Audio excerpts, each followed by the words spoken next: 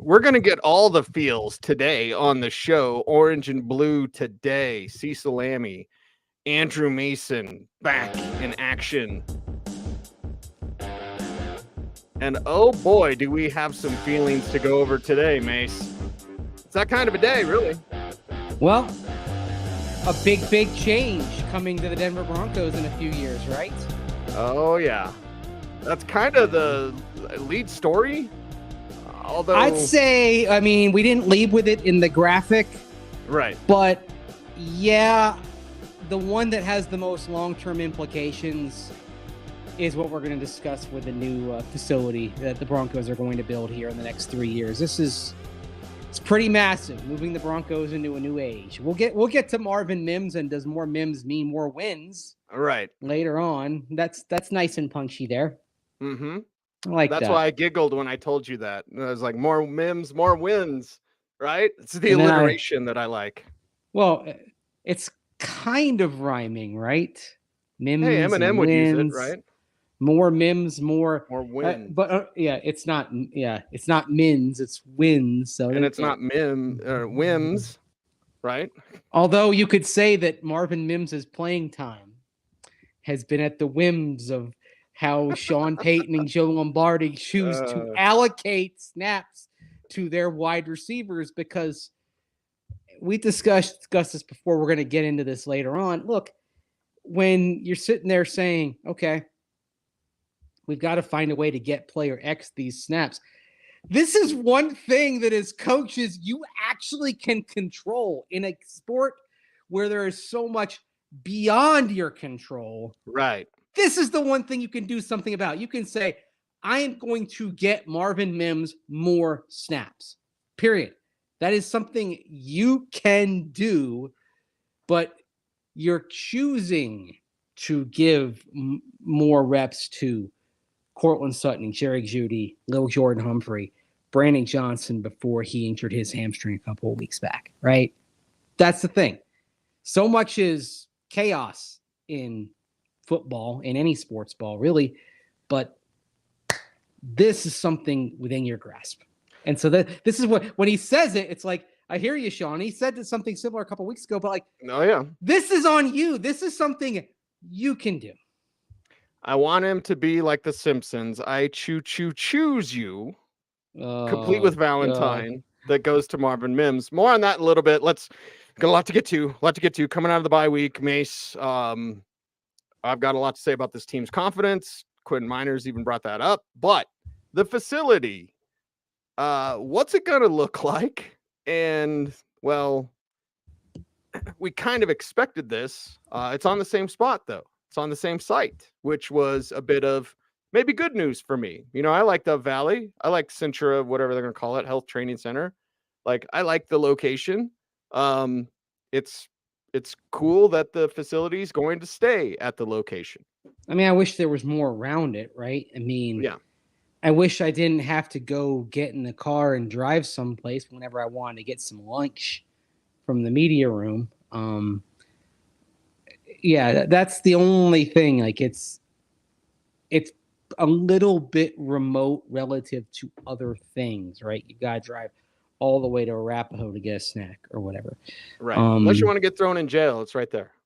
And that's another thing. I do like, I'll say this for the facility. You can build a top shelf facility on that spot, but I do wonder if the ancillary opportunities, like having an office / mixed use development, kind of like in Minnesota, you go out to the Vikings facility.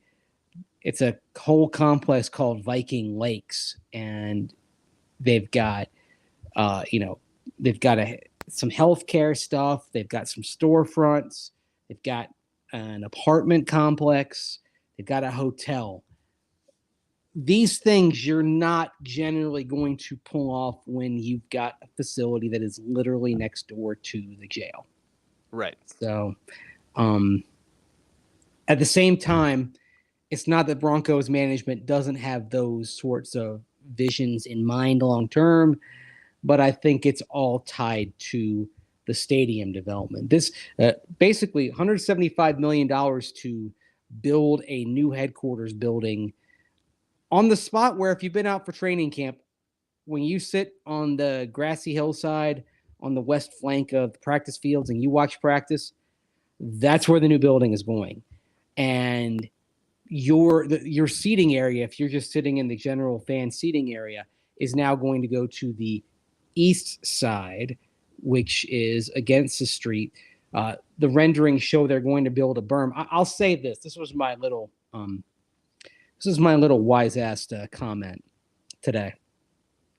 If you're spending $175 million on a facility, why is the fan seating area on the other side just going to be grass? Why not just build, 4,000 bleachers, right? Actual seats, yeah. That was my thing. That was my thing. The older you get, the less comfortable it is to sit out there on a grassy hillside. You just want a bench to rest your butt.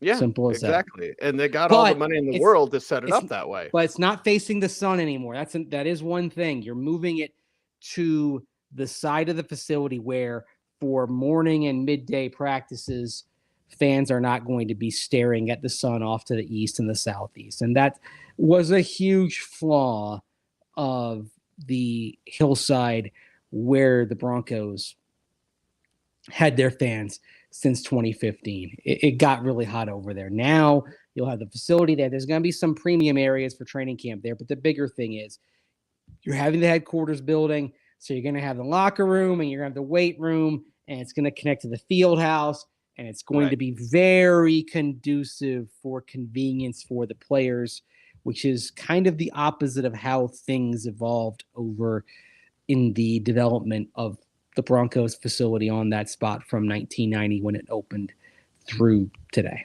Well, just for example, when players want to go to the weight room, they got to go outside. Yeah. Rain, sleet, or snow, ice, you've got to walk outside to go to the weight room. You have to go outside to go to the field house. Exactly. Which you're practicing inside when there's inclement weather. So you're walking through said inclement weather to get to the field house. Okay. Right. Are these first world problems? Yes, they are. Okay. But understand this, and it was brought up to Pat Surtain when he did his press conference today. Most of these players are coming from college programs where, because the athletic departments aren't paying the players, they're making money through NIL, but that money is coming from outside and not from the athletic departments. So when the athletic department isn't paying the staff, as it were, the actual players out there, you can take the money and put in other things like facilities. I mean, with all respect to what the Broncos have at St. Cyr Health Training Center, Pat Surtain had a better everyday facility in which to work at the University of Alabama. Right. And that's pretty common for players that are definitely from Power 5 schools, and I would say from many Group of 5 schools as well. I didn't get that. Could you try again? Oh my gosh. So Siri just, I'm looking down at my watch here, and Siri just transcribed everything. Siri said, "Hey, say that again, please." I don't want to know some of the things that Siri hears. Kierkegaard, Dick Van Patten. I would say this, and I kind of chuckled when Quinn Miners said it, but it does make sense, Mace, when he's talking about the science. Well, they're looking into the science of it. I also thought it was very interesting that the players that we got to talk today at the podium were Surtain and Miners, two that will likely still be here, hopefully, when that facility is opened in 3 years? They are on the short list of players who can expect to receive contract extensions in the next 6 to 18 months.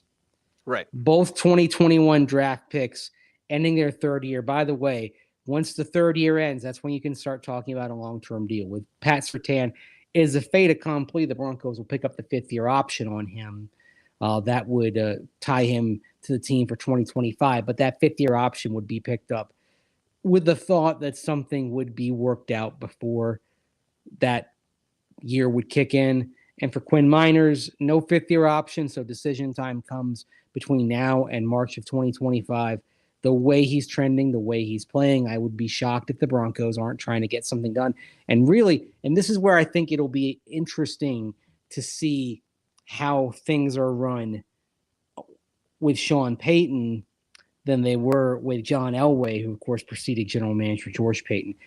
John Elway somehow seemed to think that the price on players was going to come down if you waited Right. on quality players, and it never did. Mm-hmm. And that didn't go over well. I prefer more of the Green Bay Packers approach, where if you know this player is going to be part of your long-term plans, just get the deal done as soon as you can. Don't assume, oh, well, the price might go down. Maybe there's an injury, blah, blah, blah. Just get it done because player salary is going up. The contract value is going up. That's an inevitability. Yeah, you roll the dice because of injury that happens, but I think it's the kind of dice roll you make, because over the years, I feel like this organization has been burned by dawdling and dragging its feet. I mean, look, if they had gotten things done in advance in 2014 into 2015, they could have kept both Derek Wolfe and Malik Jackson, right? Yes. Yep. And even Derek's admitted as much. Yes. You know, they didn't have to let go of one of them. and they didn't have to pit them against each other. Mm-hmm. Not personally, you know, Derek and Malik get along, but it's like they pitted it against each other. Well, who's going to work out? Who's going to take the cheaper deal? It turned out to be Derek. Yeah. And that was a shame because you had that, and then Dan Trevathan and Brandon Marshall, kind of the same thing at linebacker. I mean, just you don't have to function that way. Right. Well, and you also get a reputation. You and I know that. And even the agent side of things, like agents knew how it was to deal with Elway. They knew the problems therein. And so it would be nice to get beyond that, update the facilities, Sean Payton running the show, and the confidence around the building, Mace. I don't know what you felt today, but I felt like a surge in confidence from this team. We can't reveal what we saw at practice, but I feel like they might be trying some more stuff. Like, we've seen what they've done over the last 2 games to win. Run the ball, right? Play great defense, run the ball. I think there's steps from that you can take that perhaps they will, Mace. And it was good to see that today. We'll see how many of those steps they take, particularly on the offensive side, pending how the weather is going to look in Buffalo next Monday. If we're talking about a raw, windy night there, not too far from the shore of Lake Erie, I think that may limit what they do, right? But if you're talking about a more benign type of evening, I think you may see some different things. You know, Sean Payton yesterday alluded to watching the flea flicker that USC ran against Washington on Saturday, right? Right. So, not saying we're going to see exactly that, but I think it's possible that we'll see some. I think it's possible that we'll see some tweaks here, and it does play off the running game, because the old cliche, and we all know this: run game sets up the play action. It does, and it sets up the vertical stretch game because you're drawing the safeties down. You know, there's not that much new under the sun when it comes to football, even though we like to think that some of these people are splitting the atom out there. It's all cyclical. Only Josh Dobbs can do that, but a true aerospace engineer. And with the Broncos, even special teams wise, we're seeing some wrinkles in practice that maybe we see in game time. And it's nice to see that the team is not going to be static in their thinking, because, Mace, I think this year's been kind of backwards. I talked about it yesterday. Like, imagine if 2 players had been healthy in week 1, Greg Dulcich and Baron Browning. How would this team have looked different? Why wouldn't the concepts that we've seen in running the ball, the commitment to running the ball, because I've got a bunch of hard consonant C words to think about today, and confidence is one, commitment is the other, communication's the other. But that commitment to the ground game, why didn't we see that and then it develop into more of what we could see and maybe glimpses of what we're seeing at practice? Well, maybe we didn't see that because they were trying to evaluate what Russell Wilson could do, right? Can he handle? I will counter that quickly by asking, is the offseason not enough time? You and I said it on this show. They're going to run the hell out of the ball. It's practice, right? You just went AI on me. Yeah. Well, sometimes you're like, okay, we're practicing against ourselves.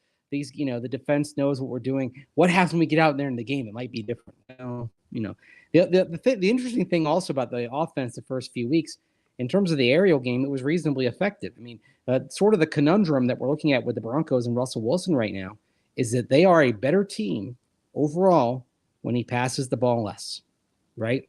Mm-hmm. He had better numbers when they were 1-3. And since then, his production isn't as great. I'm not talking about just the pass rate. I'm talking about the advanced metrics. I'm talking about expected points added per play, EPA per play. I'm talking about completion percentage over expected. I'm talking about QBR down over the last few weeks, right? And yet the team has been more effective. It's been running the ball more. There you go.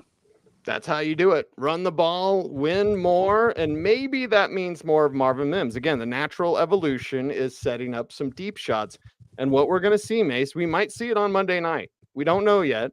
We might see it against the Bills, where they stack the line to stuff the run and say, okay, Russ, go beat us. Mm-hmm. You have to be prepared for that. I believe the Broncos will be prepared for that. But that also includes using more of Marvin Mims. So when Sean Payton says it, what did he say it like 3 weeks ago? Mm-hmm. Whatever the number was, like when he says it now and he says it Monday, I'm just like, I don't need to hear it, baby. I need to see it. Yeah. It's always what you do, not what you say. Mm-hmm. The only reason we saw Mims's playing time go up to a career high in snaps against the Chiefs in week 8, well, that doesn't happen if Brandon Johnson doesn't pull his hamstring in practice, right? But he did, and he went on injured reserve.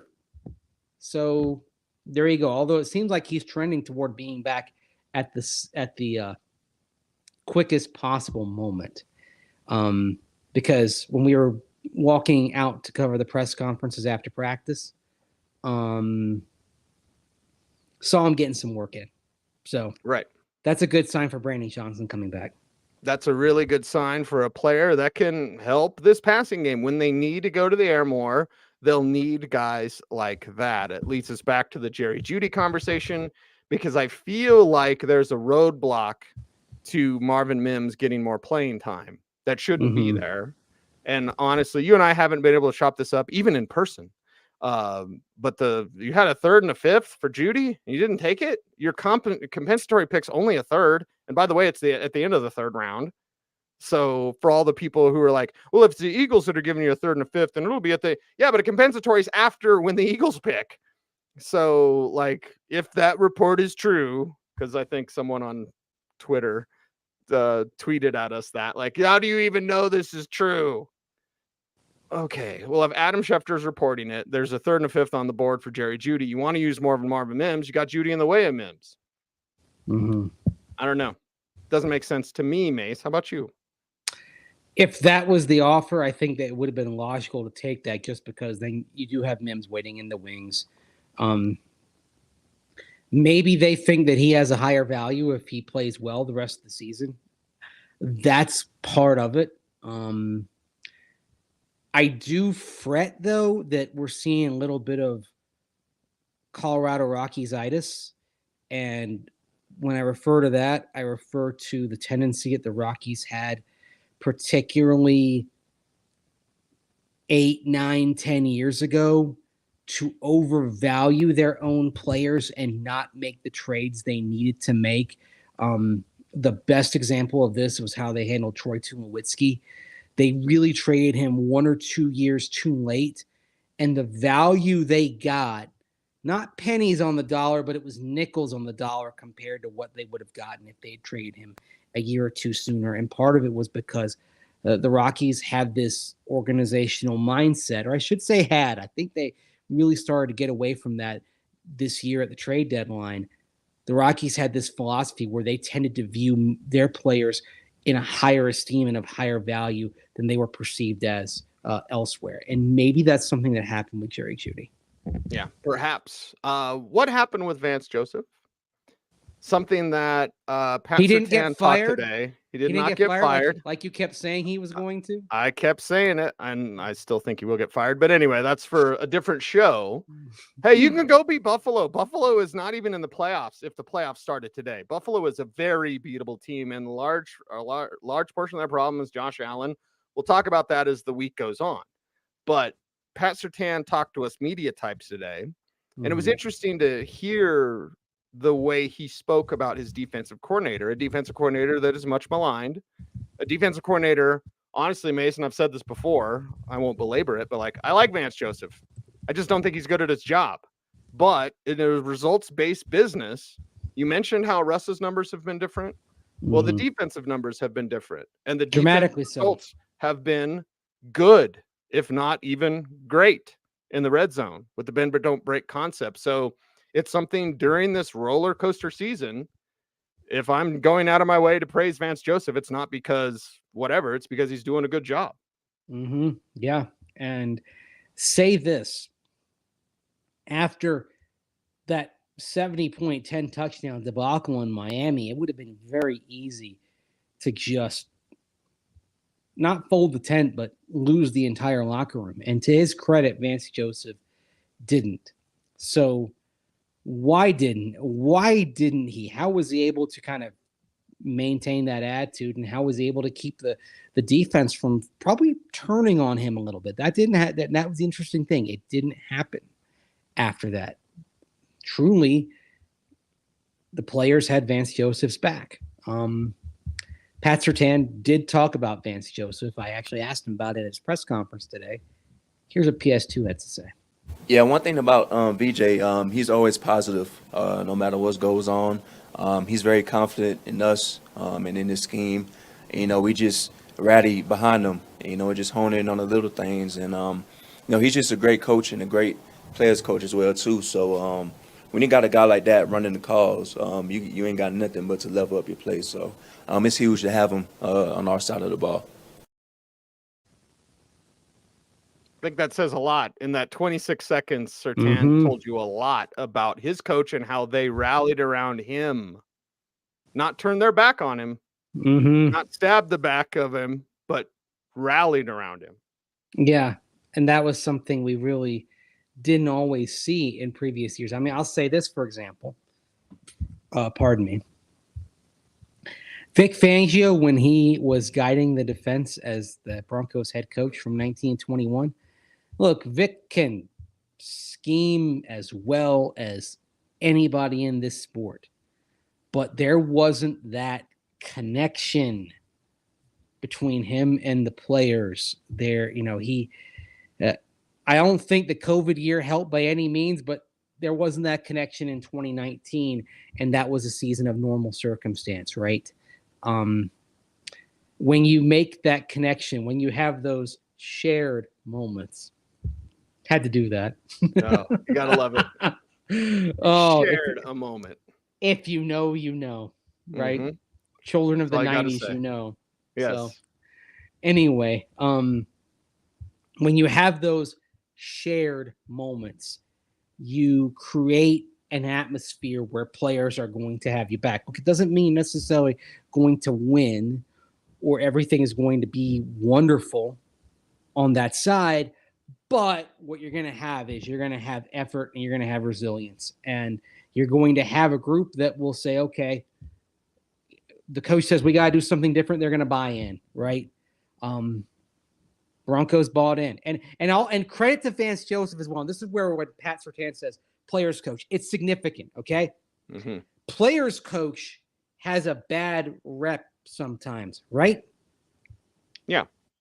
Could mean soft, could mean lets him get away with too much, could mean a lot of those things. But players coach also means the coach listens to the players, ingests feedback, and then incorporates it. Players are the ones driving, okay, we got to simplify things a little bit. Hey, some of these calls, some of these checks, it's too long, there's too much going on. And the coach then incorporates that and gets results. If you follow the NBA, a great example is Greg Popovich with the San Antonio Spurs. Oftentimes, if things aren't going well, they'll come to the huddle and he will ask them, what do you guys see? What's going on? What are you observing? What are you taking in? And then he'll take their feedback, give them some pointers, and they'll go back out there, right? It's a collaborative thing. I'm all over with the shared connection, collaboration. I need to Let's have a big group hug, everybody. Oh, but that's the truth. And Mace, I'm going to take it this way, and we can extend this if you'd like, or we can leave it somewhat brief if you'd like. I'm going to put this ball in your court, but take everything you're saying about Vance Joseph, take everything that we're seeing, everything that we've witnessed in that locker room and from watching this team. Now ask yourself, would it be the same for Sean Payton? It's almost like you have two different styles. You have a coach that drives you through fear, and you have a coach that drives you through love. And make no mistake about it, okay? And I'll speak of former New Orleans Saints players, nobody currently. But there's plenty of former Saints players, longtime Saints players that do not like Sean Payton at all. So you have a guy that rules with an iron fist, and then the other one rules with a velvet glove? I don't know. But it's two different styles. Isn't this weird? It's totally different styles. Good cop, bad cop. Okay. And it's part of what makes a lot of coaching staffs work. Okay. Let's look here. Broncos with Mike Shanahan for 14 years. What did Mike Shanahan never do with the Broncos in his last 3 years? They never went to the playoffs. They were 500. What was the condition of the staff in those 3 years? He didn't have Gary Kubiak. Now, Kubes, yeah, he could be, tough rawhide Texan from time to time. But with Mike Shanahan, it was very much a good cop, bad cop. Like, Mike didn't always have some of the social graces to navigate personalities and so forth.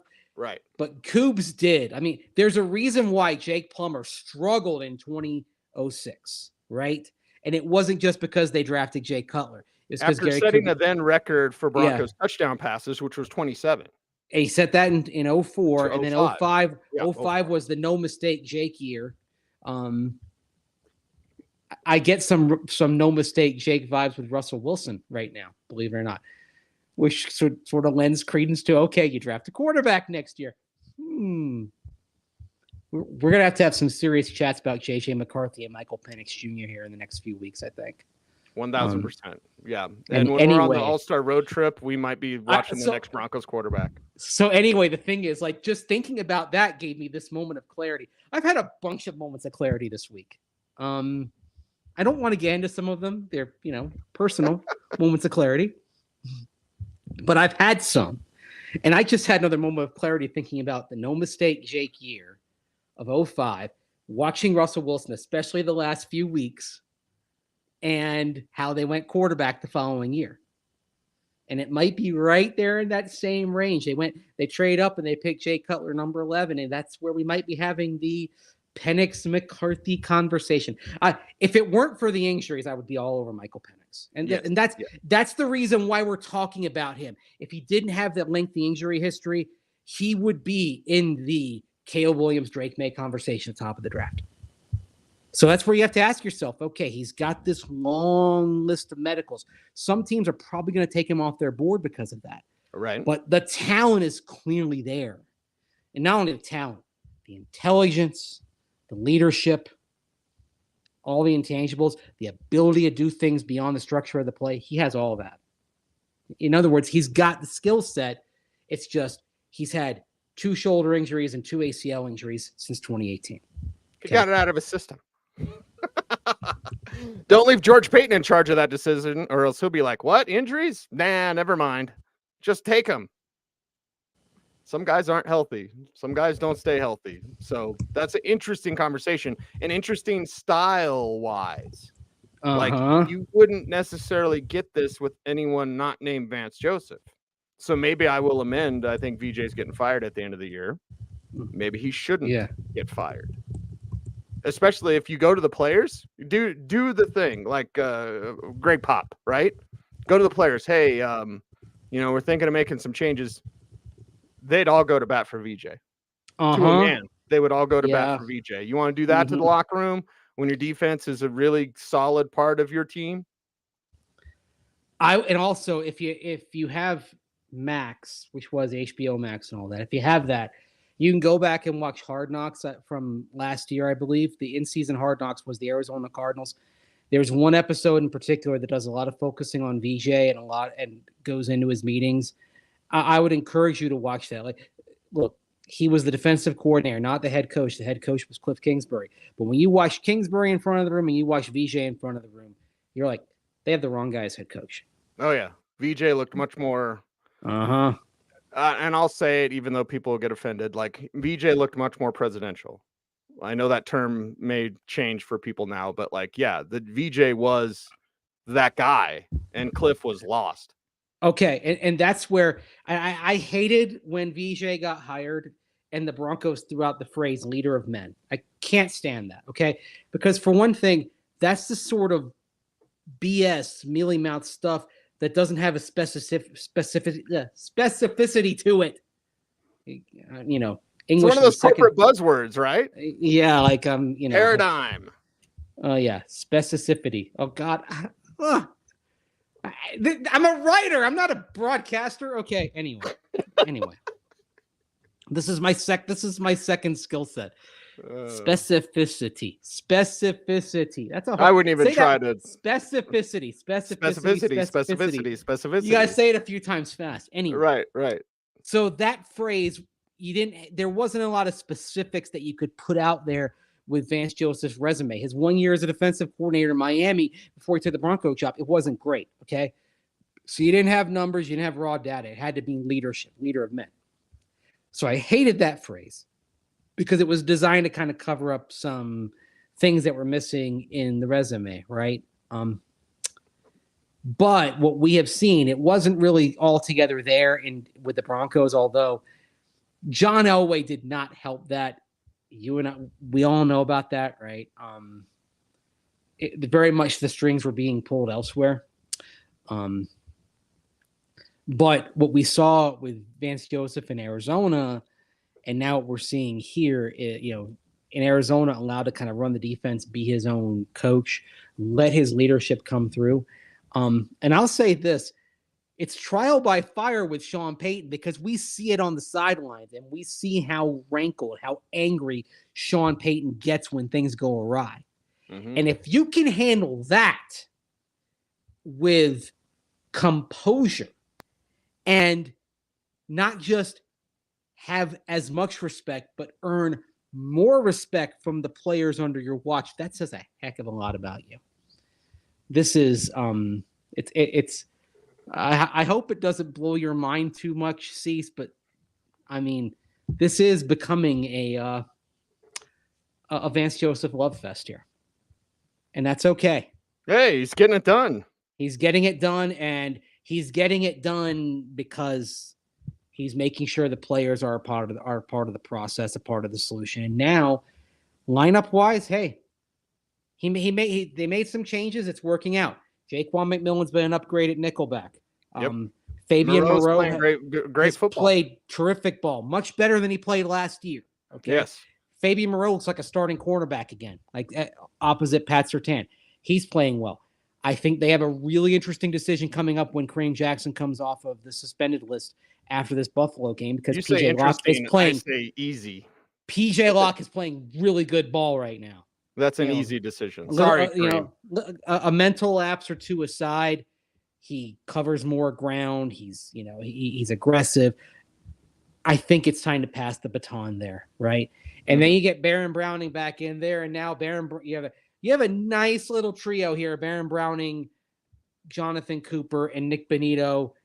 I like having Cooper in that mix because his skill set is different. You can attack on passing downs with Browning and Benito off opposite edges. You need Cooper there for those base package downs, and you need him there for those run downs because he's very much a plus player in that regard, and he's still enough to take advantage of one-on-ones when they happen. So you have the lineup changes, you have VJ tweaking things and simplifying a lot of the pre-snap reads and calls, and the result is a defense that has legitimately been one of the league's best in the past 3 games. Let's see where it goes going forward. Let's see what it does against Buffalo coming up on Monday night. Before we're out of here, giving a little overtime on Orange and Blue today. We've already had some overtime there. That's okay. My man Jason, pot stoner degenerate up in Greeley, wants to know, where's your USFL pennants, Mace?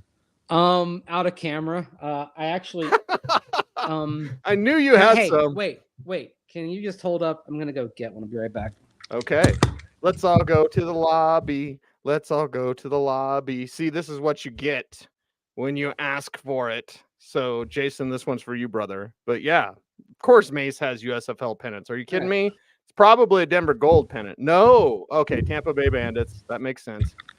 That makes sense. I was going to say it was Denver Gold, but I saw Tampa Bay Bandits. All right. So these are not all USFL pennants, but they're all. We have Tampa Bay Bandits. We have San Diego Chargers. Wish they were still in San Diego. San Diego's amazing. I miss going there every year. And we have the Baltimore Colts. How about that? Old school, right? Wow. All right. That is old school. We'll have a brief talk here about the Tampa Bay Bandits because there's a double meaning to this for me. First of all, obviously, lived in Tampa, a great Tampa Bay area, a great many years, right? You can see there's Tampa Bay Mutiny, a dead soccer team. You see Tampa Bay Lightning, Tampa Bay Bucks championship pennant. It's just off camera down here. That's a Tampa Bay Rowdies 1988 pennant. All right. Soccer. So anyway. So Tampa Bay Bandits, USFL team, very popular from 83 to 85. They were owned by a gentleman named John Bassett, a Canadian businessman who was involved in a lot of sports startups. Actually, the old World Football League in the 70s, John Bassett was a part of.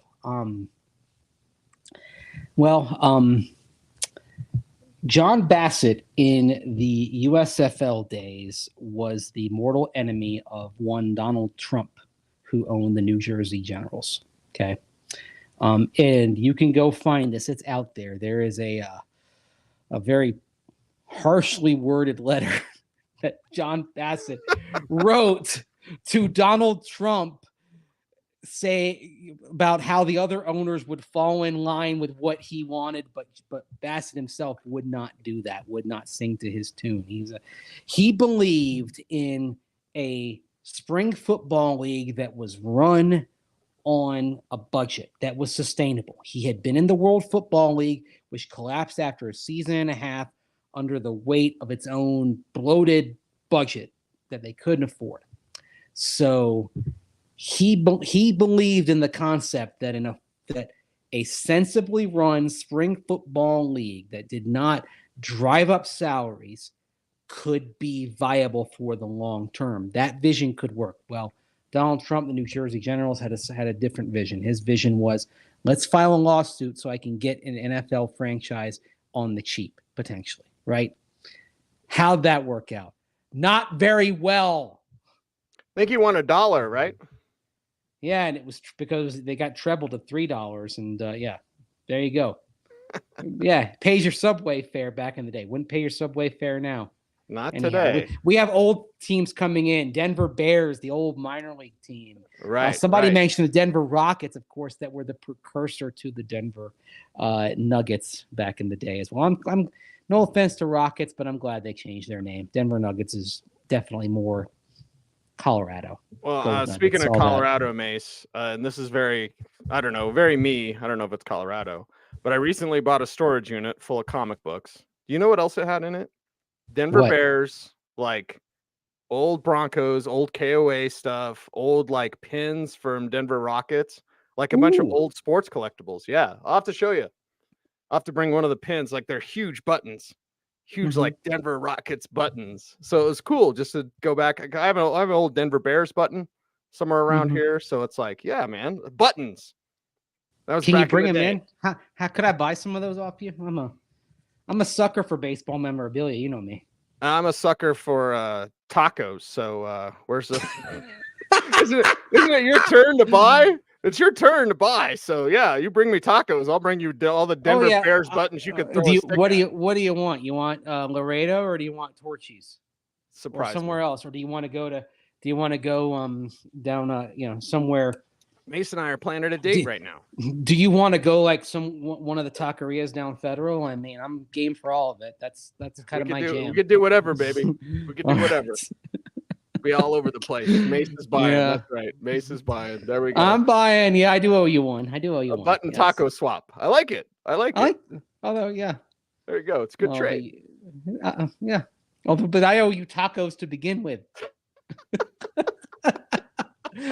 So I owe you 2 taco meals then if you're going to give me Denver Bears, Always stuff. stay on the right side of the taco ledger. See? Now it allows me some grace with you when I mess up. I can be like, sorry, Mace, you still owe me tacos. All right, I'll stop at Laredo Taco and pick you something up tomorrow. Would that make you? Oh wait, no, we're doing this remote tomorrow. We're gonna be we're having a meeting tomorrow, and then we're gonna be in studio for this. Shoot, the meeting. That's because our meeting's gonna go up until showtime. Anyway, that's off-air conversation. We've had enough of those. Well, we gotta go. We had look. A little peek it's been behind a day, the everybody. It's been a day. A peek behind the curtain. We do have meetings in our work. Okay. Yes.